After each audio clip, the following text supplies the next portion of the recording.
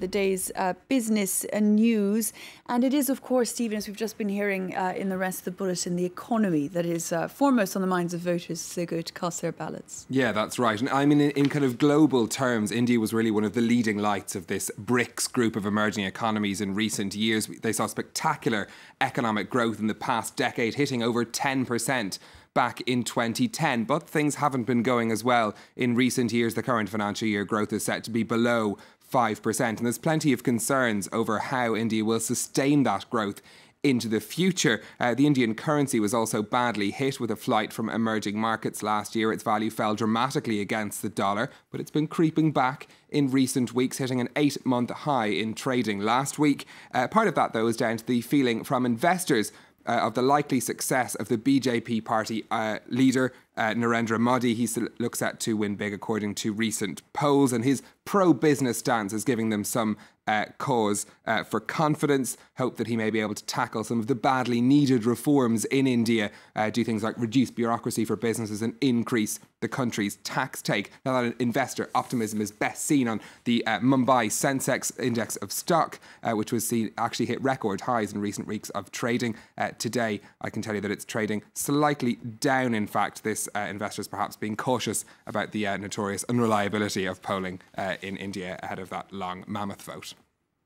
What about the rest of the markets this morning, Stephen? Not a great day, in fact, across the Asian markets in general. Things in Japan plunging into the red as technology stocks were particularly badly hit. A sell-off that started on Wall Street on Friday led into trading in Japan today. Hitachi and Panasonic, two of the shares badly hit there. Here in Europe, the trading week has begun in the red as well. In Paris, huge falls for the telecoms and construction operator Bouygues, down over 6% after it lost out on bidding for the rival mobile network SFR. Now, Numericable, which won that bid, they're up over 15% in Paris, while its parent company Altice up over 7% in the Netherlands. And it's fact that deal, which we'll turn to next, it was one of the biggest sagas in the corporate sector in recent week. Who would win the bid for France's second biggest mobile network, SFR? The answer, Numericable. It's going to cost them 17 billion euros. The firm's already announced it's going to have to seek 4.7 billion in new capital to finance the purchase.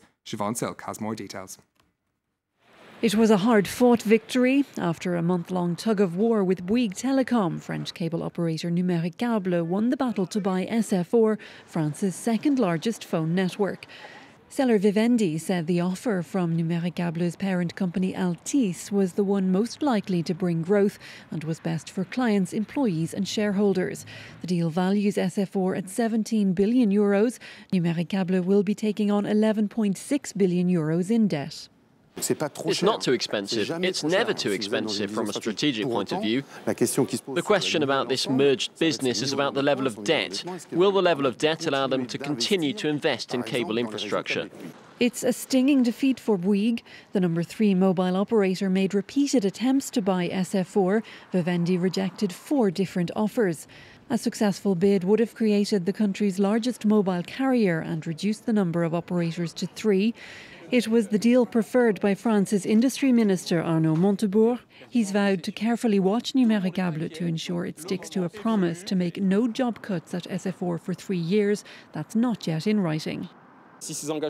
If they're sincere in their promise, they should have no problem signing a commitment to that effect. For the moment, they haven't done that, even though we made a proposal to them 2 weeks ago. The deal isn't yet completely done. Competition authorities must sign off, a process that could take several months.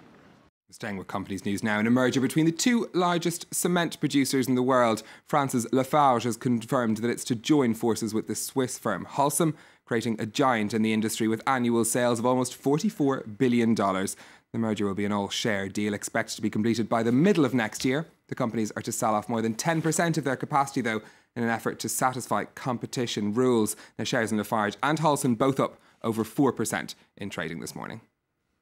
Now, Stephen, the 2 men at the helm of the French economy ever since that reshuffle to head to Berlin to meet their counterparts today. Yeah, the 2 remaining standing. There were 7 ministers at the finance ministry before that reshuffle, but Michel Sapin and Arnaud Montebourg will be heading to meet their counterparts, as you said, in Berlin.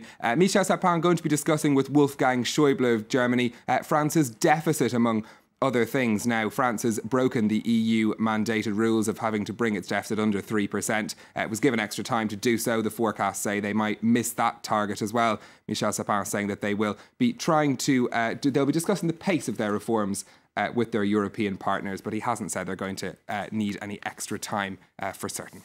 And finally, Stephen, a French magazine is seeking to cash in on the right-wing gains in those municipal elections. Yes, the left-wing and often controversial, it has to be said, satirical weekly Charlie Hebdo is offering a special election hangover offer to its readers in response to the gains of the centre-right UMP and the far-right National Front in those recent local elections. The magazine says if you live in a town that passed to the right into the hands of right-wing parties during those elections, they'll offer you a cheaper subscription to Charlie Hebdo, up to €10 of a discount on a six-month membership. Perhaps encouraging those people to get their dose of left-wing news from Charlie Hebdo. They say it's not a marketing move. They say they're doing it because they believe in the cause. It's an activist move. But they said there's been quite a big take-up on it already. We'll continue following that. Thank you very much indeed for a look there at all the very latest business headlines. 21 minutes past 9 here in Paris. We're going to have a look at what the